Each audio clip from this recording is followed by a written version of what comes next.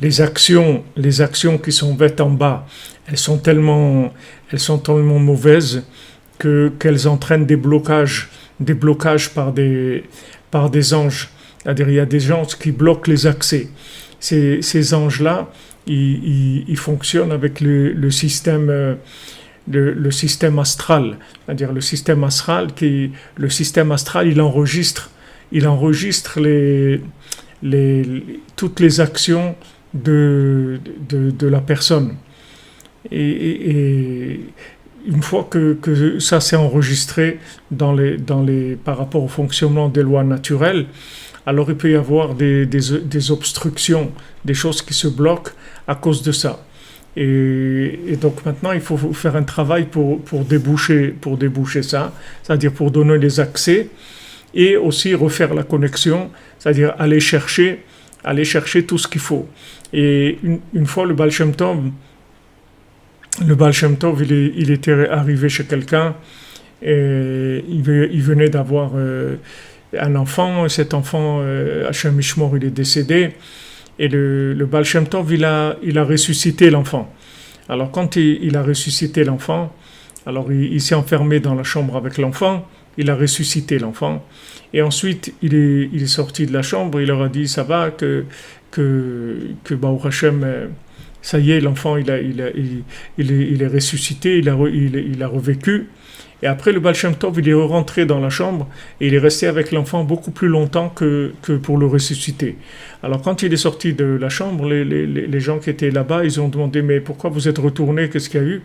Il a dit, regardez, de le ressusciter, c'est une chose, mais après, tout ce qu'il fallait lui donner, parce que du moment où il était mort, alors il n'avait plus ce qu'il lui fallait, il n'avait plus de zivoug, il n'avait plus de parnassa, il n'avait plus de maison, il n'avait plus d'enfants, il fallait lui donner, maintenant il fallait le refaire tout ce qu'il avait besoin.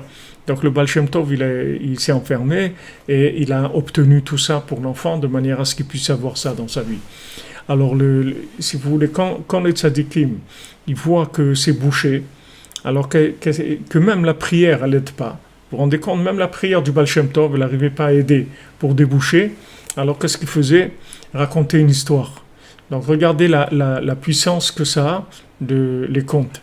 Il y a de la puissance que ça permet en fait d'enlever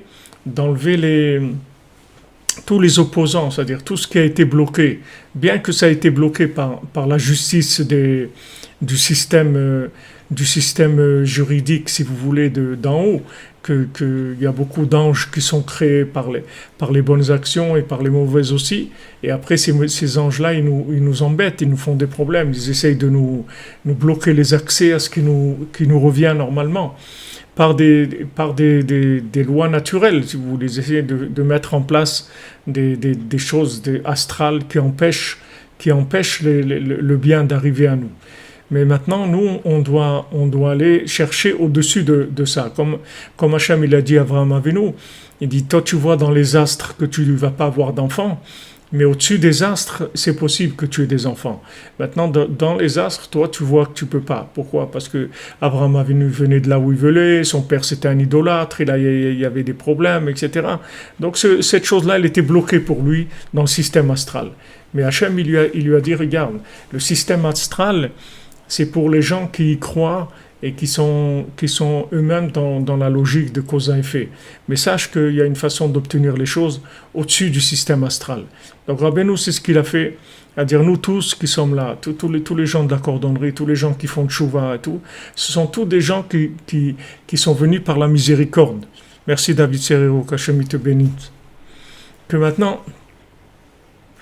Voilà exactement. Avec les comptes, on passe entre les gouttes, c'est-à-dire en fait, on va obtenir ce que normalement on n'a pas le droit d'obtenir. Mais comme c'est gratuit, alors on va obtenir tout.